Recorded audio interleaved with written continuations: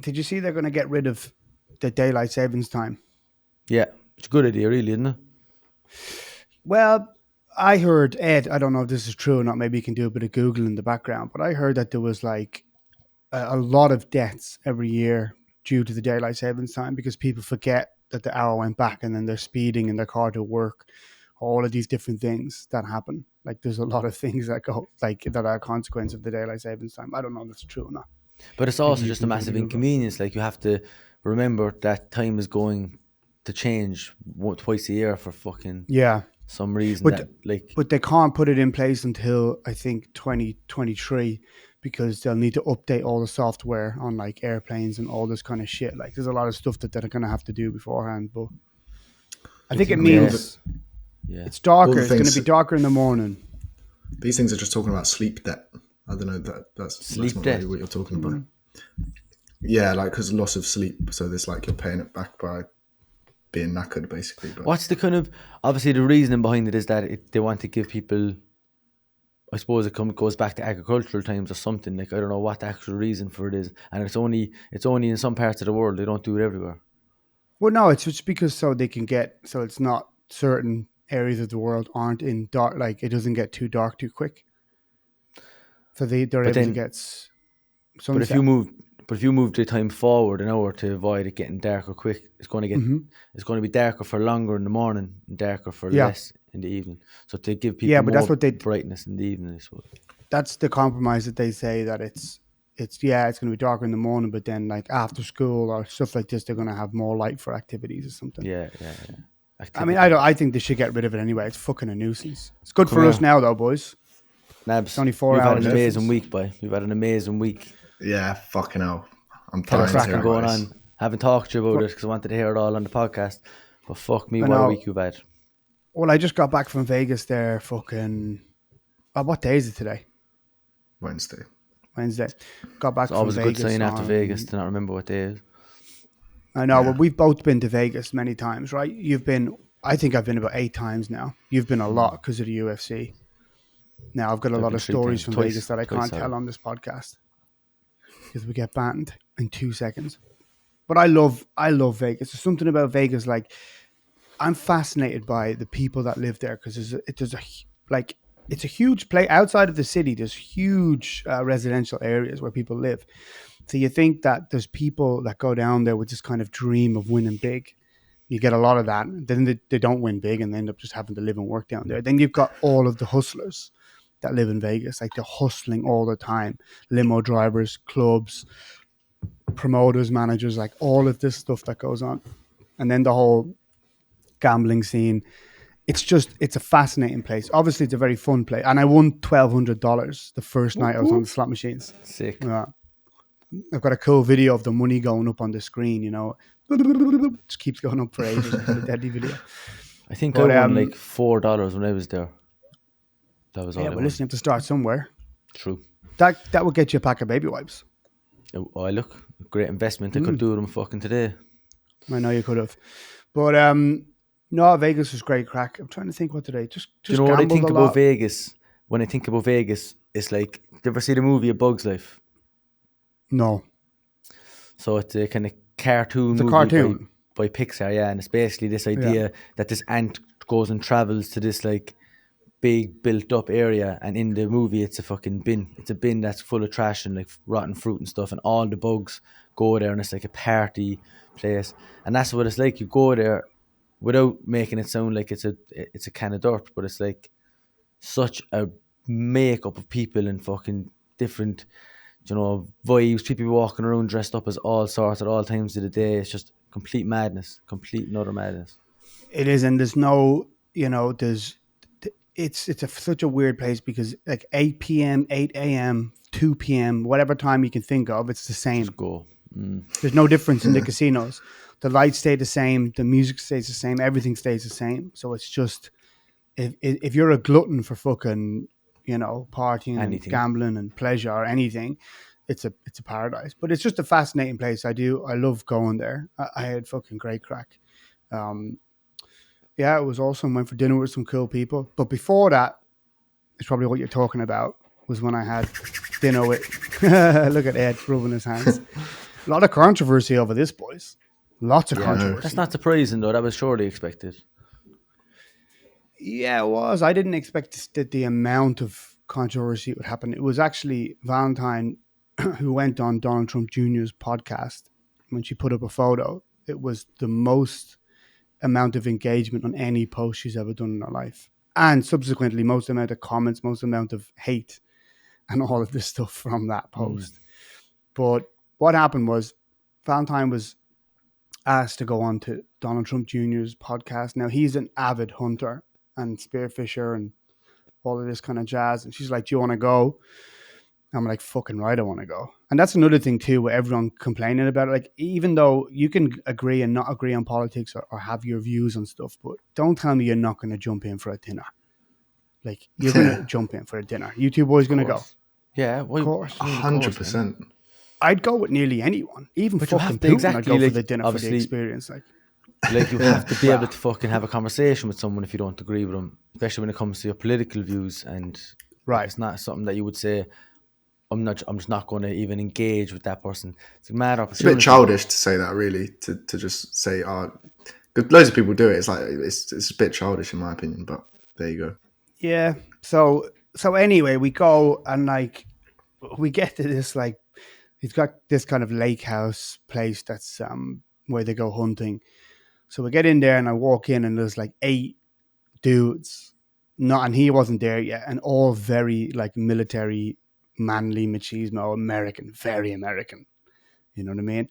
So it was a bit intimidating, and he ends up coming in, and he's a very down to earth guy. I can't say much about it. It was very surreal because when he talks, he kind of has similar mannerisms to his dad. So he kind of put his nose up a little bit and like, yeah, you'll do this like close the nose thing. And I'm just thinking like, what the fuck is going on here? But we got there and then he's like, wait, we're going for dinner. Because on the property is like a private, I don't know what you'd call it, fucking play. Like there's loads of different villas and places that people go to hunt. And they're like, right, we're going for dinner, but you need a collared shirt. And I'm going to get to this a little bit later on because we went to another party the following night that was fucking wild. But anyway, and I didn't have a collared shirt. What's a collared shirt? Like just a collared, like a shirt with a collar? Yeah.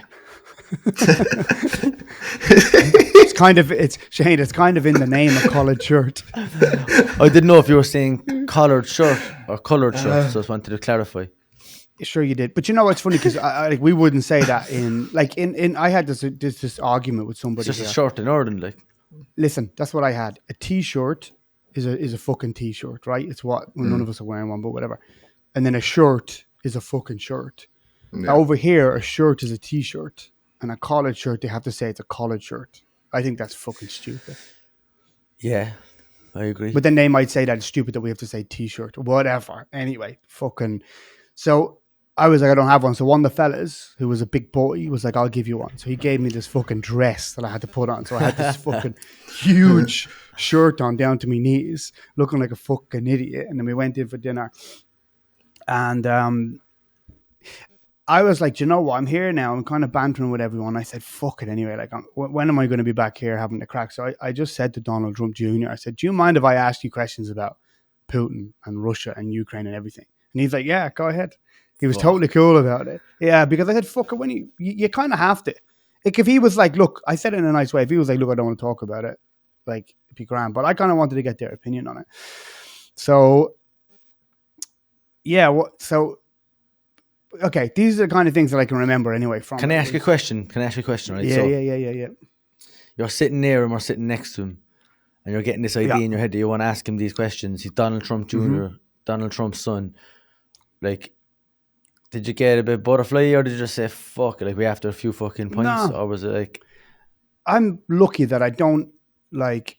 I've got quite a lot of self-confidence, right? Which is probably a good and a bad thing, I don't know. But I'm quite confident with these things. Like, I can get into the banter. I feel like I can slot myself into different sectors of society, if that makes sense. Do you know what I mean? So I can have the banter. And I wasn't really...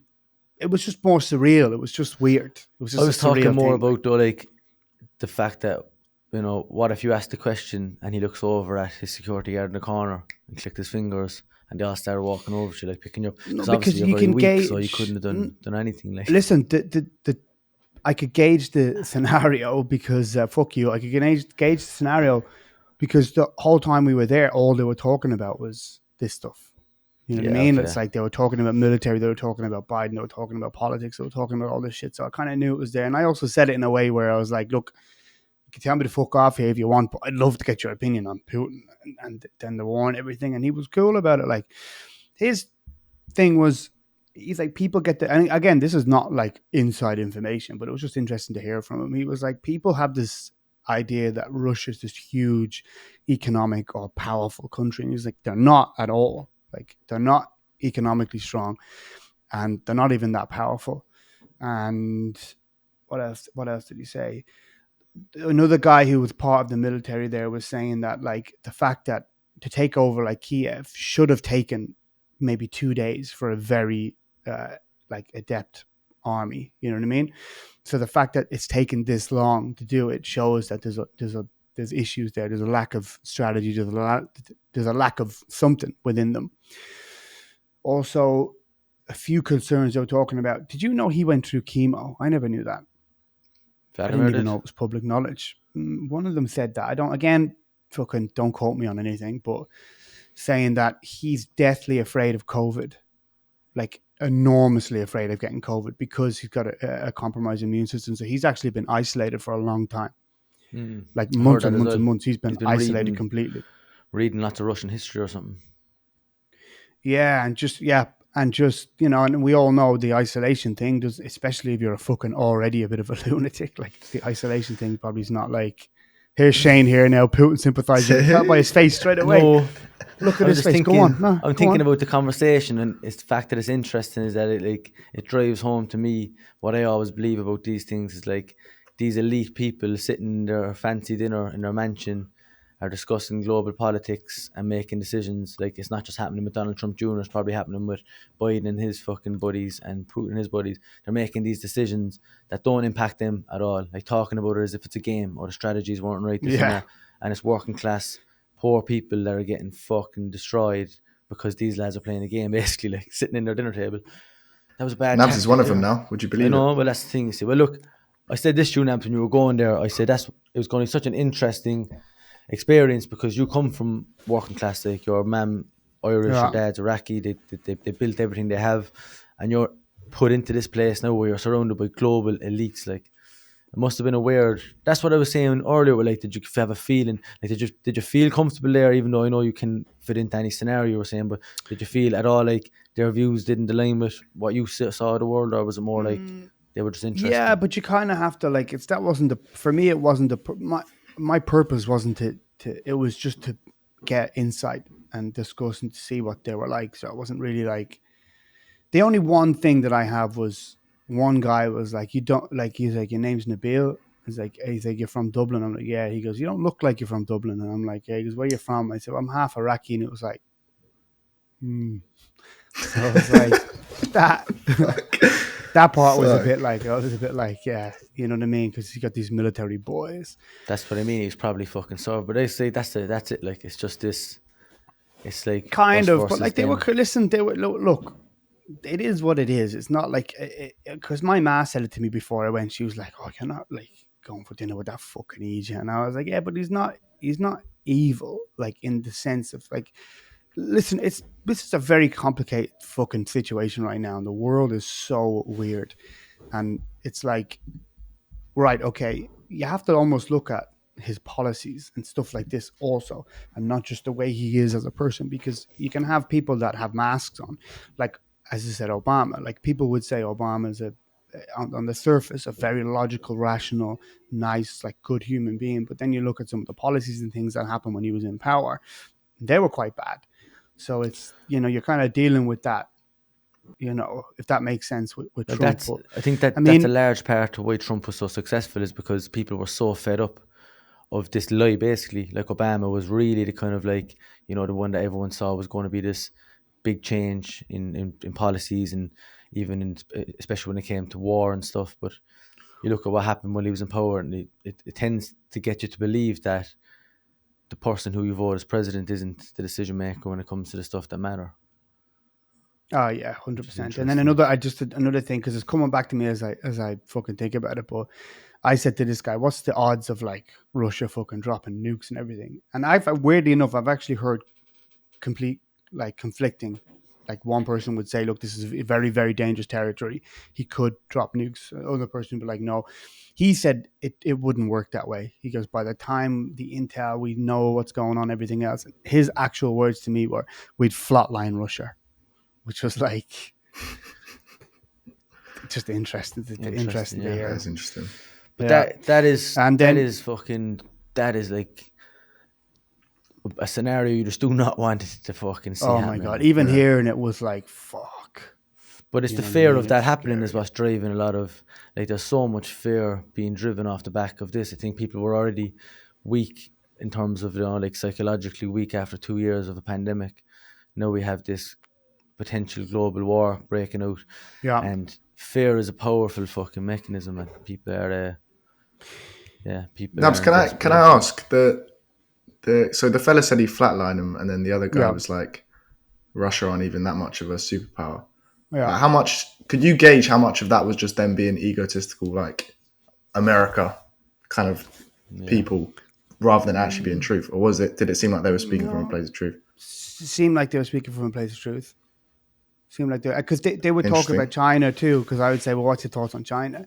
And they were like, well, China's more of a business focus. It's not, people have this misconception that they want to like blow up the world and do this, but they were like that China's main concern about everything is money and business over, like, let's say Russia, which is more, I don't know what the fuck they want to do. But again, listen, who knows? China, do you know what I mean? No, this is an interesting point actually, because a lot of the kind of like, there are a lot of theories, whatever you want to call them, conspiracy theories, that China, the government, have brought out. A lot of Western governments have put the West into a position where they're so indebted to Chinese, or they have so much to lose if China kind of goes against them, due to the fact that, like, the manufacturing, like that joke was always, everything's made in China. But literally, if China decided to stop production tomorrow and manufacturing, I mean, that would cause it's like did you see there was like off licenses? What do you call them in America? Off licenses, liquor stores. Yeah. They're usually in malls, but they were taking out the Russian vodka and pouring it out on the street. And one fella was like, yeah, well, if China get involved in something, you're definitely not going to be pouring anything out, because all of your stock and everything you own is going to be on that street. So it's just this kind of real hypocrisy, weird kind of virtue signaling, fucking signal. Yeah. But that whole idea of like an anti-Russian sentiment being pushed, like the narrative that like it's us against Russia, very dangerous, because it can impact, innocent people again who might live. Like someone who lives in Ireland knows Russian, and people are fucking passing comments and judging them as if they have some fucking process in the decision making that goes into this. Like, they have some. I went for dinner with a couple in Vegas. They own it's called Carnivore Crisps, but they own like a kind of a meat jerky style company. Cool people, but the wife of the owner was Russian. And I kind of asked her, like, what's the sentiment back there and everything else, and she said most people don't even know what's happening in Russia.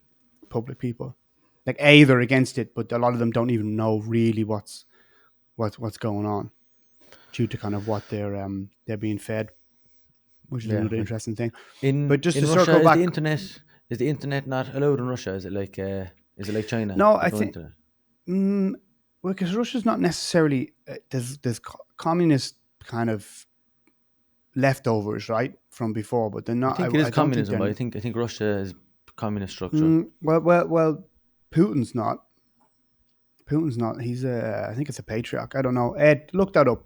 Is Russia a communist? I know obviously the Soviet Union was, but I think there's definitely communist ideology still there. But I don't know enough about fucking politics. The fuck do I know? I just went for dinner with Donald Trump Jr. and had the crack. So. Very interesting. But you know what the other thing he said, which was this was the main thing, right? This was the main thing of everything that we were talking about, was the media coverage. They kept talking about that it's the issue, the biggest issue they have is what the media are putting out there, and censorship and everything else. Now, I'm going to be honest with you.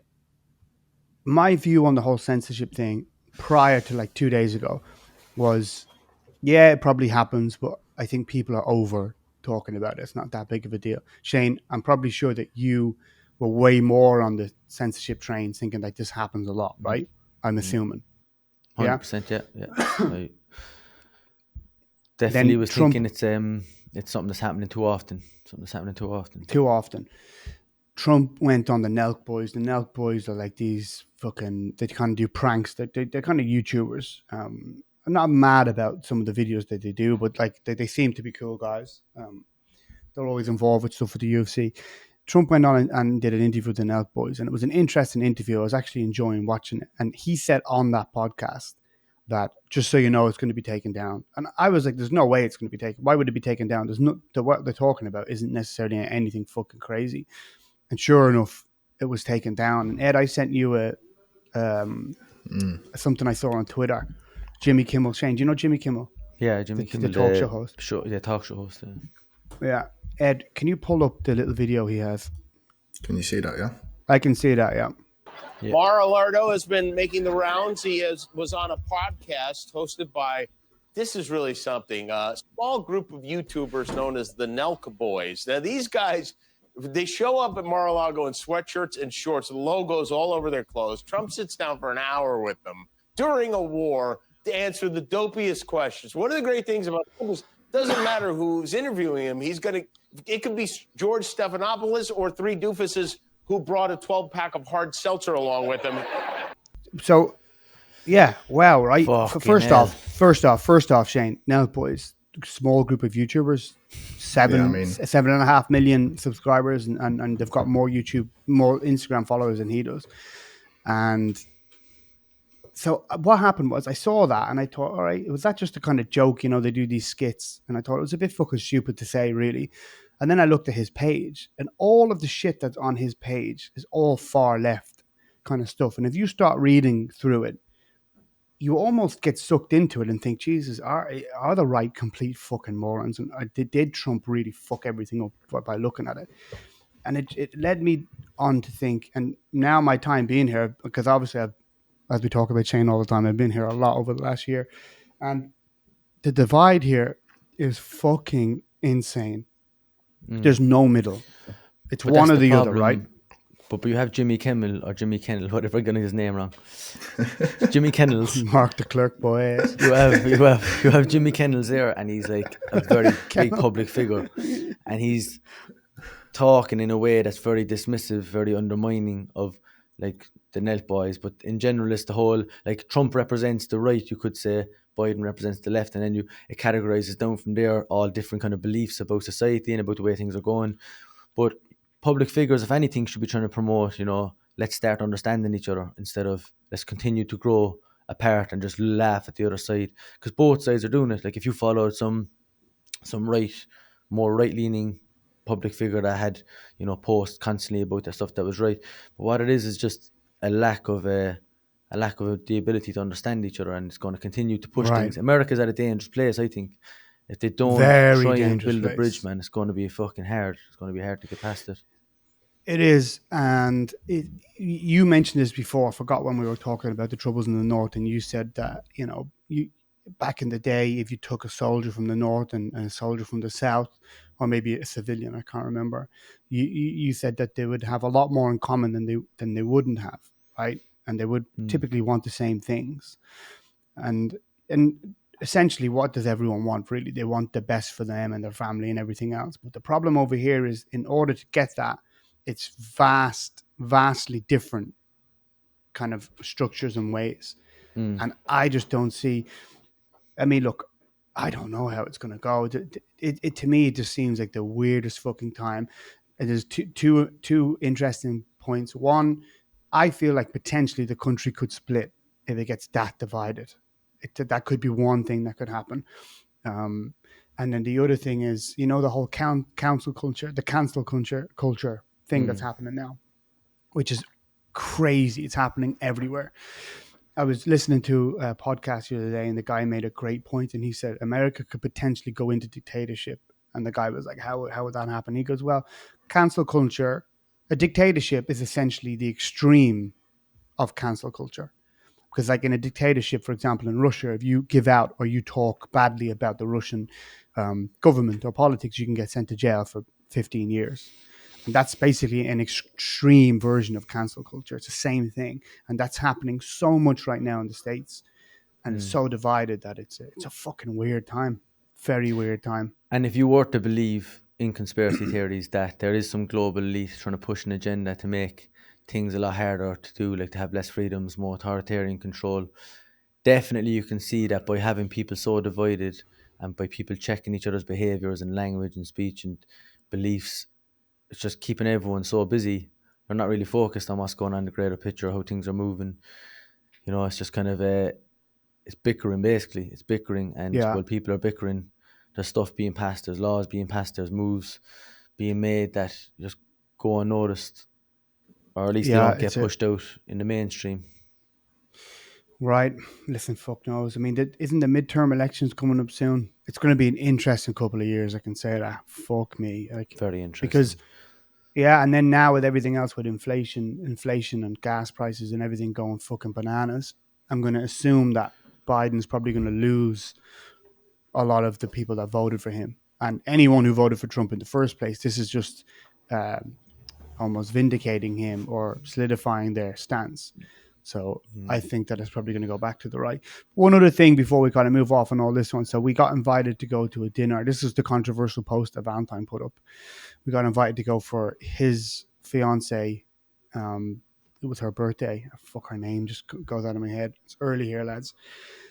And this was another thing. They were like, right, this one you have to wear a dinner jacket or at least like fancier dress. Who was telling you what to wear, Nabs? And why didn't you tell them go fuck themselves?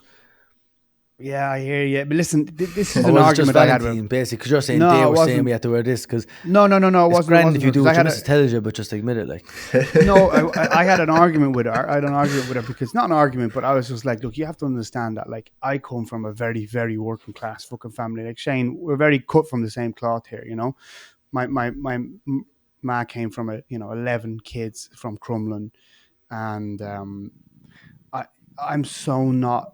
I have an issue with these ethics, with these, like, you need to do this, or like you have to have your knife and fork on one side, whatever the fuck they do. I'm just kind of like, would you fuck off? Yeah, so strict. I've been bred to believe. I remember one time my older brother Sam brought me ma and dad to a fancy restaurant, like a real fancy restaurant, and the plate came out for me ma, and it was like, they have in the fancy places a piece of meat and then some veg under, and that's all it is. And my ma was like, where the fuck are the potatoes? This is ridiculous, right? And we were kind of laughing about it. And then at the end of it, the woman goes, you want an espresso? My ma was like, all right, well, I've never had one. I'll have one of those. So they brought it down. My ma was like, that's terrible bitter. Will you bring us out a bit of milk? So they brought her out milk. And then she goes, well, could you bring us out a cup and a bit of sugar? And they said, okay. And this is like a fancy place. So she just started making a deconstructed coffee herself and made a coffee with it. But it summarizes like where I get my background, right? So because it's working class, I fucking hate those kind of rules. I don't like rules anyway, in general. Like none of us really do, right? Like we don't conform to them in general. Like I was a musician forever. Shane, you're a fighter forever. Like, we're not really conforming to what society says. We're going to college and getting your fucking job and everything. So, yeah, it was a funny thing. Now, listen, I still did it because I wanted to go to it. It was just wild. It was a very interesting party to be at. It was like, it was a wild experience. Who was there? Can I just say, with in the comments of because I was looking through, because you sent a message to the group chat, I was looking through the comments. Yeah. And all these horrible things being said. And I just see Nabs has left a comment saying something like, I'm just here for the comments with a couple popcorn emojis. so unsupportive. I didn't.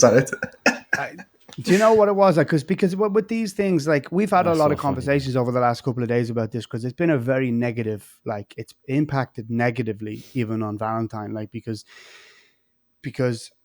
it's almost like trying to prove herself and explain herself, and it's like it's a lose-lose situation, you know what I mean, with this kind of thing. And ultimately, like, at the end of the day, it's having a dinner with someone. It is what it is. Like, you can't, the net is becoming like tighter and tighter on what you can and can't do to get totally, like, if someone, so you don't agree with someone and then someone who goes for dinner with that person, usually that wouldn't result in you saying that person is now gone from my thought process. But with someone like Donald Trump or the Trumps, if you're around them, to some people on the other side, it's like, that's it, you're done. Like, you're no longer capable of Right. talking about anything about, because you're just so bad that you've done that.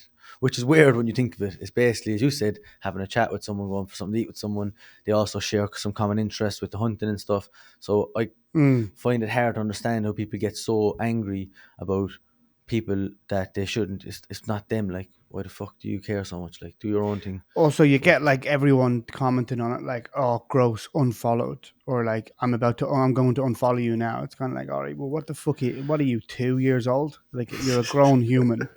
And then also, I looked at a lot of them who said it and they didn't unfollow. So it's kind of like, what the fuck, lads? But yeah, I mean, to be honest with you, I think it was a lesson for her too, that like, you need to not look and engage with these kind of fucking comments. You can't. But imagine the people that are spending their time getting upset from looking at a photo on a social media platform, that are upset them enough that they actually have to take the action of commenting. Like, that must make they must feel like, what kind of boring life do you have? Do you have to spend time getting upset about someone else's life? Like, fuck me. Yeah, it says a lot. You know what? We were driving to Vegas, and she's like, "I'm going to put this picture up," and it was like the two of us. And it's like saying, and she was like, "What about saying a nice evening with the Trumps?" And we kind of laughed about it, and we were like tongue in cheek. Well, it's only a dinner, and we and it was like, "Yeah, it shouldn't be too much." And then she posted it, and then like I was driving about 5 minutes later, she's like, "Oh fuck." It's like, but also, look, blowing up. It's also publicity, and there's no such thing as bad publicity. So yeah, I mean, I think with social media, it's a.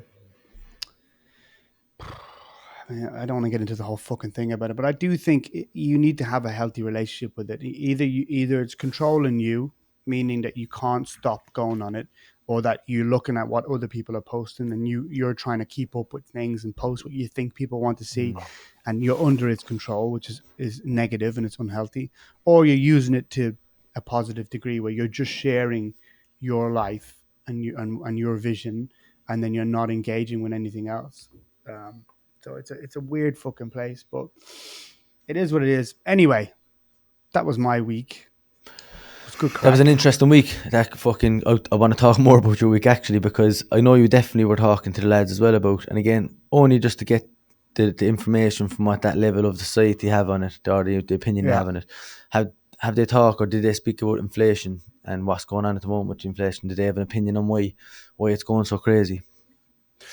I mean, I didn't ask them that. It's a good question, and it is crazy. I'd like to have a quick chat about it, because I've been hearing about inflation for a long time, longer than I would say the average person. Reason being is I'm involved in cryptocurrency. Cryptocurrency continually talk about the money printing and how it's going to, all this inflation and the monetary system is fucked and blah, blah, blah.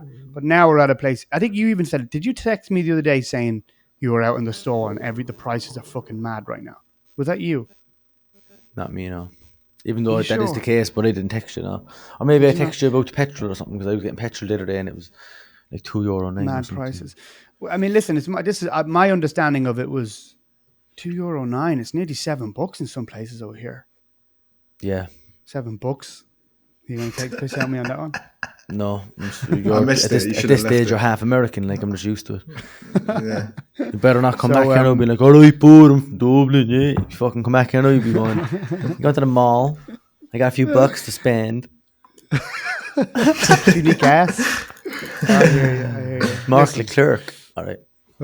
Yeah, but it's my understanding that it's that the all of the money printing during COVID exacerbated huge amount of inflation. On top of that, due to the fact that everything was locked down forever, there was a lot of production and shit that just wasn't happening. A lot of money being left out, and even that with the gas prices. I mean, what's your understanding? Because America don't get a lot of their oil from Russia, right? They only get a certain percentage of oil from Russia, but it's actually not used in gas production. It's used for something else.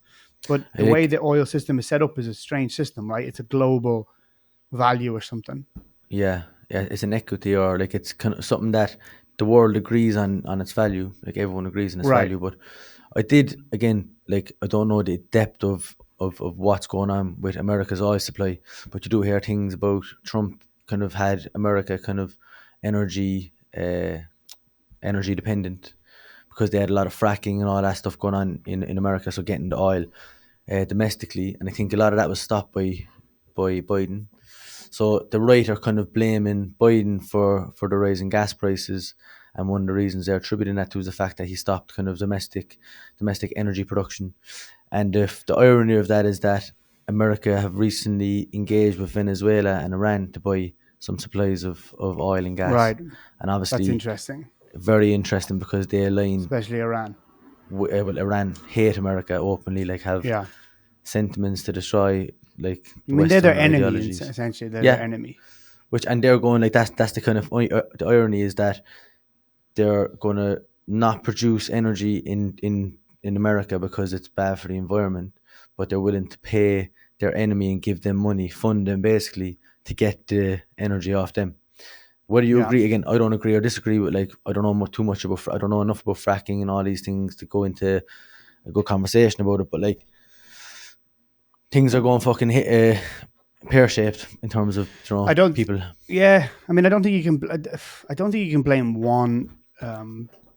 Many factors, like the printing of money is a big one. The printing of money is a big one. To me, the COVID thing is an overlooked thing. I always said it when it was happening. It was like, there has to be some fucking recall after all this shit. Like, there's another part to the lockdowns that people didn't take into consideration of the fucking knock-on effect.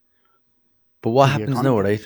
If inflation keeps going crazy and it goes to hyperinflation, and next thing, you know, people who have all of their money in the bank start getting scared and they start thinking, fuck me, like, I need to get my cash out because I don't know what's going to happen. It's so expensive for a loaf of bread.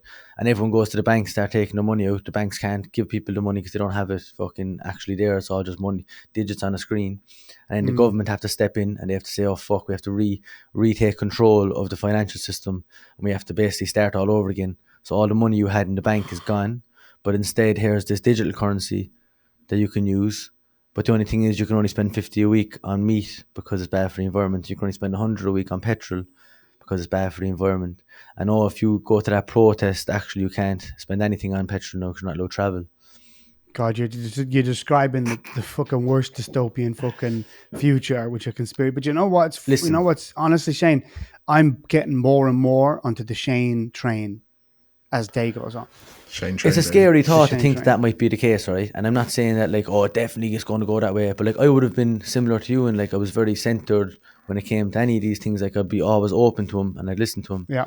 But the way things have gone in the last 2 years, like, it's hard not to see that trajectory potentially happening. Like, potentially, I'm not saying it's definitely going to happen.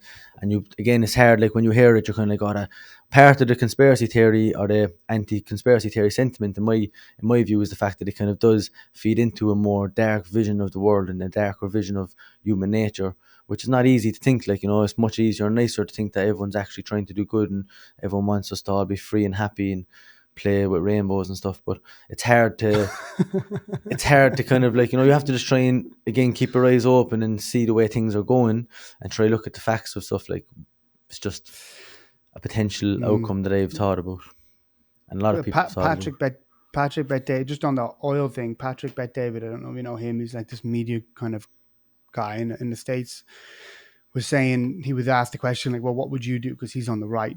And he's like, well, America has 100 years worth of reserves, oil reserves. That's what they have.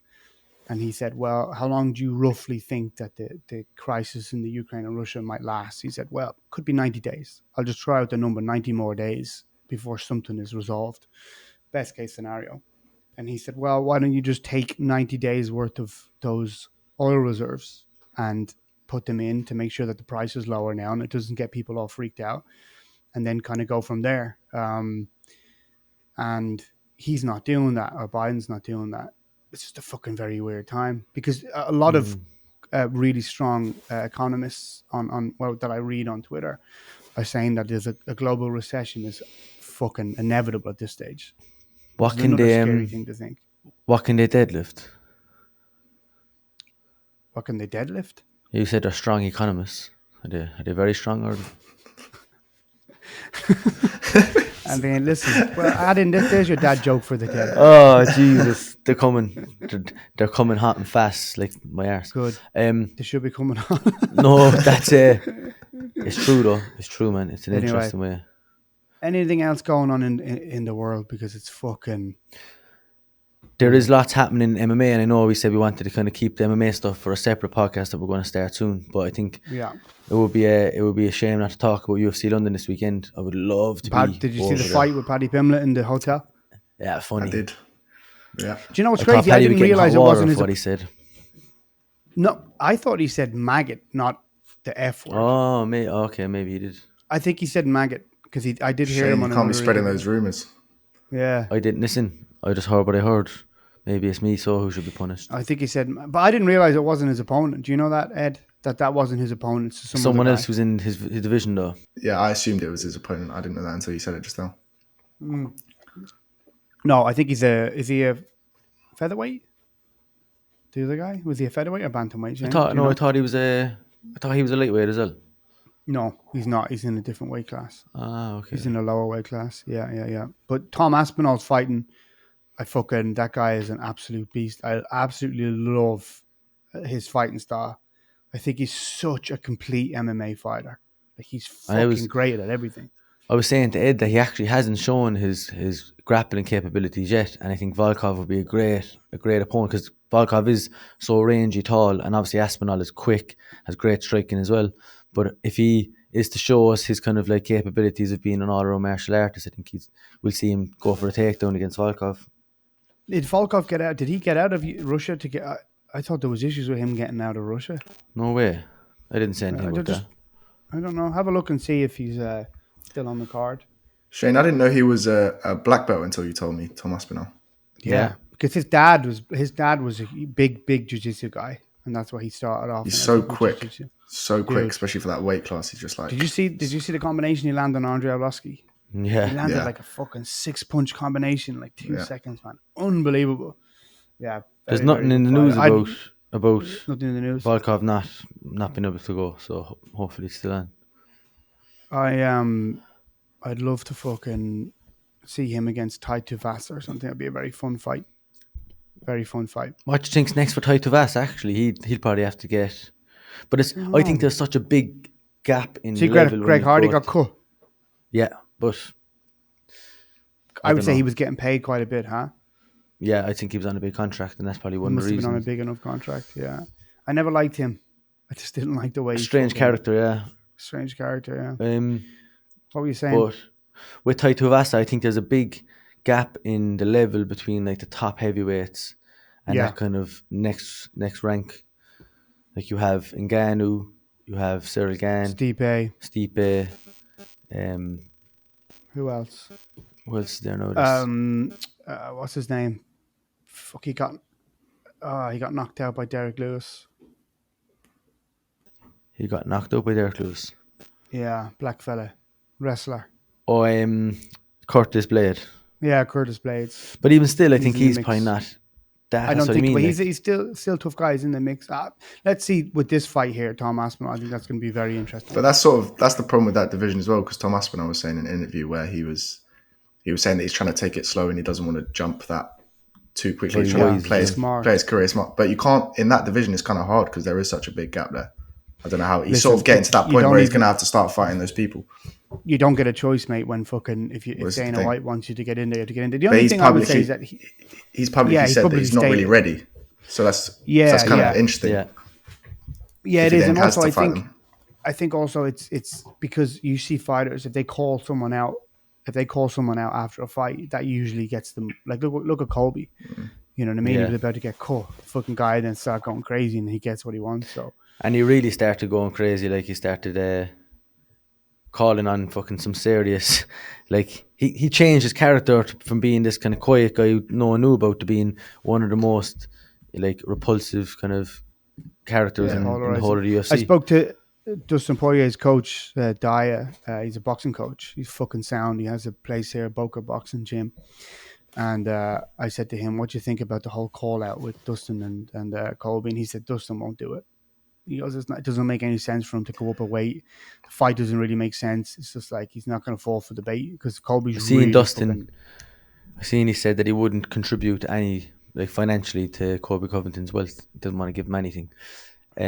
Which is again that shows how much a lot of those guys who used to be his teammates though have the same sentiment about him that he's just they hate him like. Even Joanna and Jacek was saying it. Yeah, it doesn't have many friends. Did you see the knockout at the weekend there? It was one of the scariest. Now, I've been a fan of this guy since I saw him in his last fight, Cahill Roundtree. Cahill light heavyweight. Yeah. Oh my God, that guy is scary. Did it finish by strikes to the body? Because I actually didn't see the fight. No, I think you didn't see the finish? No. Oh, so he basically, he dropped him as he was on the ground. Let's see if you can try and get the... Yeah, I was going to have a look. And I think it was just impressive kind of chain of reactions because Carl Robertson tried to grab a leg when he was kind of, as Roundtree was coming in. And Roundtree done some unbelievable, like his dexterity to get his leg over his head to make it. And straight away started throwing heavy bombs. Like, it's a very interesting sequence to finish. And he gave him a soccer kick on the floor, which is obviously highly risky. Highly risky, yeah. Have you got it, Ed? Oh, yeah. Great I did see that. I saw the soccer kicks on the floor. I saw that, but I didn't actually see the fight. I like him. He's a really good dude as well. Did you hear him talk? He's proper. A really, fucking good guy, man. Did Darren Till not fight this fella? Darren Till fucking... I mean, Darren Stewart fought him, yeah. Darren Stewart fought him, yeah. Yeah, he did. Darren Stewart fought Robertson.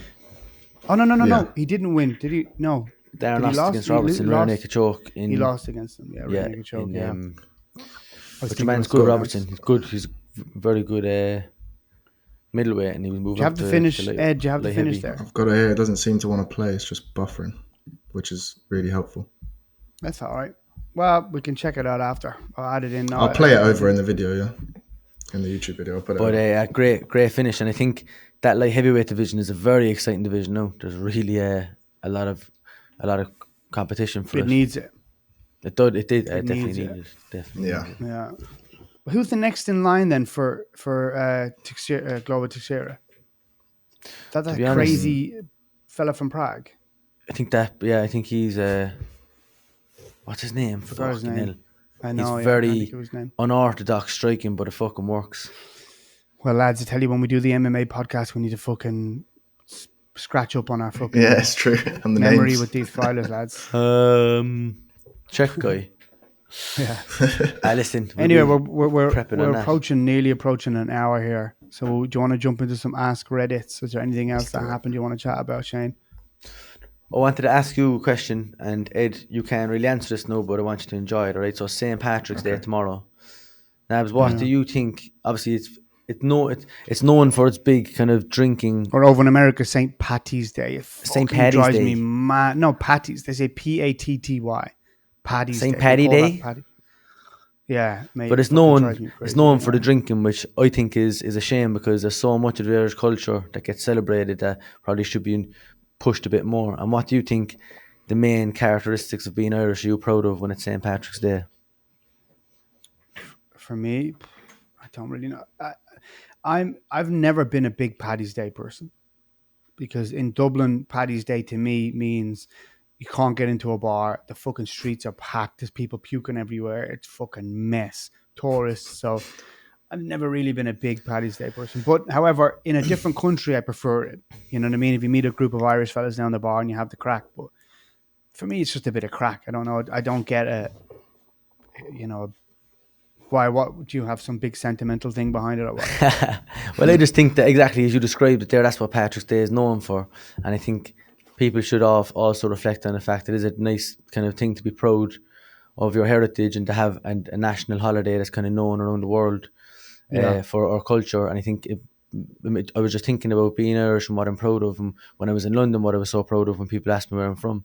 And it's definitely the ability for us to have the crack is one thing that's kind of globally appreciated whenever you meet people and just be able to have a laugh. And the fortitude of the Irish people. Like there has been obviously our history has a lot of hardships, and the culture has survived and strived to be where we are today, which is fucked. Well, listen, Shane, I don't need Paddy's Day to remind me of how great my Irish heritage is. I do that every day, son. All right. Do you have an Iraqi Paddy's Day? Good question. Nah, what do they have? I don't want to say anything too bad now because they get real pissed off, don't they, when you talk about their religion? Okay, maybe we should. We're cancelled. I'm working tomorrow on St. Patrick's Day at the bar, so it's going to be a nightmare. I can see the heading now. Trump supporter, anti-Islamic, Iraqi, oh, radical. All right, boys. Ask Reddit time. Ask Reddits.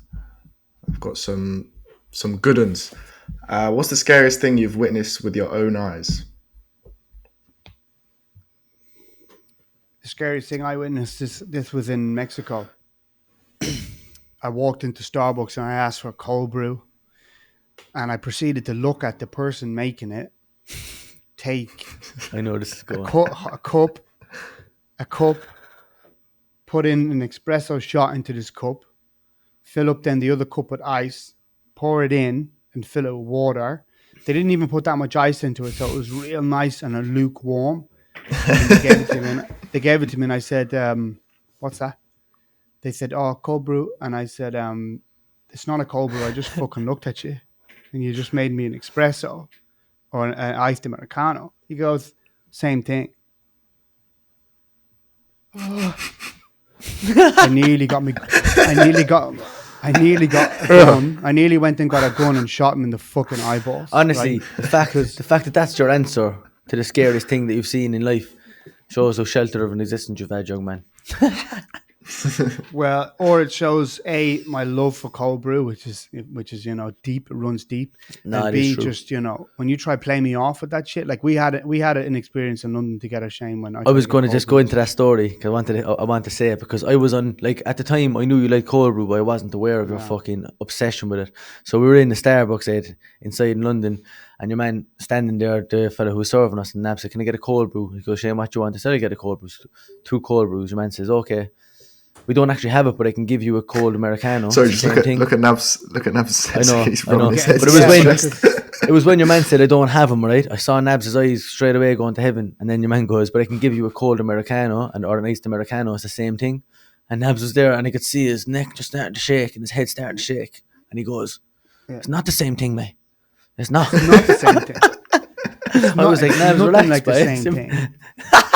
It's not the same thing. It's like you got so angry by it. It was about 10 minutes afterwards. You were still fuming. Yeah, because if you ask for a cappuccino and they give you a fucking latte and say it's the same thing, it's not the same thing. You fucking cunt. Do you know what I mean? When we recorded the one at my gaff, when Nabs came over here and did one, I remember saying, because I make the cold brew as well, and I remember saying to Nabs, "Do you want a cold brew?" And he gave me a look as to say, like, "Are you sure you want to do this? Like, are you sure you want to?" No, I gave it. It was all right though. You liked it? No. It was good. So you should have done it. You should have got some like Nescafe instant coffee, put it into the glass, and thrown some water on top and gave it to the cunt. Do you know why? I tell you why it drives me fucking wild. And I said this to you, Shane, is because when they don't have cold brew in Starbucks, it's because they didn't put it on. Because it takes a couple of days to make it. So they put it on schedule, and then they just keep redoing a batch. So when they don't have it, it doesn't mean that the fucking supply chain wasn't there or they didn't get cold brew delivered that morning from Mr. Cold Brew. It's because one of the lazy fucking cunts didn't make it. And then I have to go in and get an iced Americano. Anyway, I'm sounding ridiculous. If anyone who works for Starbucks is listening, can you please sort out this issue that Nab's talking about? We need to not have him shaking and fucking... God. Just also, that was his answer to the scariest thing he has ever seen with his own eyes. That's after taking my answer out of it now because I can't even think of the scariest thing. Probably. All right. No. Gone. You don't have an answer now? Okay. Go on to another one. That threw you off, Shane. Sorry, but I'm fucking packed. Sorry, it was an interesting one. What strange events have been swept under the rug like it didn't happen? Oh, yeah. And if I don't get a conspiracy theory from Shane... I've got a great one, but go on, Shane, because I answered the last one. I said I got a great one, but you go first. There's so many when it comes to conspiracy theories. There's so many things you can point at. Yeah, I've got a lot on my mind right now. Oh, so many things just brushed under the rug. Okay, the most recent one that just sprung to my mind was the Jeffrey Epstein suicide with like the maximum security, 24-hour protection fucking thing. But that's a brilliant one. That's a good one. I like that. But let's go back and forth and see if we can get a few of them. This one for me, I do not know why people don't talk about this more. The fucking plane that went into the Pentagon in 9/11, right? No camera footage of it. The only camera footage of it was a very very obscure, like you can't see anything, you just see an explosion, right?